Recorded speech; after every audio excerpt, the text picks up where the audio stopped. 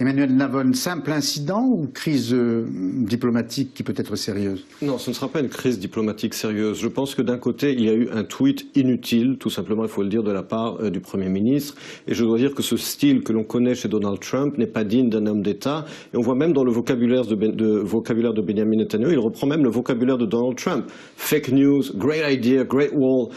C'était inutile, ça n'est pas le rôle d'un chef d'État. D'un autre côté, c'est vrai aussi que les médias israéliens ont monté cette histoire en épingle et que les autorités mexicaines également en ont fait toute une histoire, alors qu'au bout du compte, tout ce qu'a dit le Premier ministre, c'est qu'il lui-même a construit une barrière de séparation avec l'Égypte pour mettre fin au flot des immigrants illégaux en provenance du Soudan, que cela a été effectivement un succès et qu'il n'a aucune raison de faire de cela un incident diplomatique. Et je vous rappelle que le Mexique est d'une certaine manière mal placé pour faire la leçon à Israël, puisque lui-même a voté en octobre dernier cette résolution à l'UNESCO qui niait tout lien entre le peuple juif et Jérusalem. Ah, c'est pas un pays aussi ami qu'il le prétend, parce que le Mexique s'est mis en colère en voyant ce tweet de la part d'un pays, je le cite, d'un pays ami.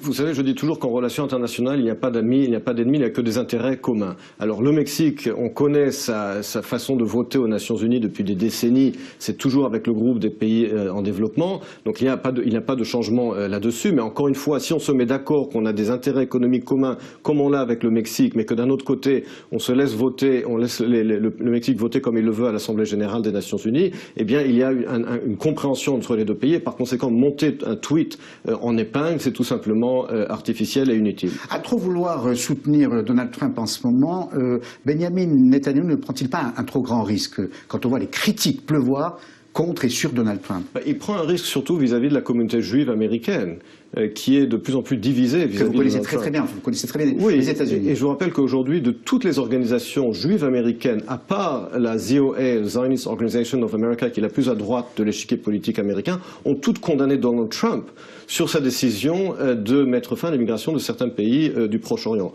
Et par conséquent, je ne parle même pas des juifs libéraux américains, je parle de la majorité de la communauté juive américaine aujourd'hui en Israël, s'oppose à la politique de Donald Trump. Et donc il est très dangereux, et je dirais même irresponsable de la part du Premier ministre, de s'immiscer dans cette politique interaméricaine et de créer des dissensions essentiellement vis-à-vis de la communauté juive américaine.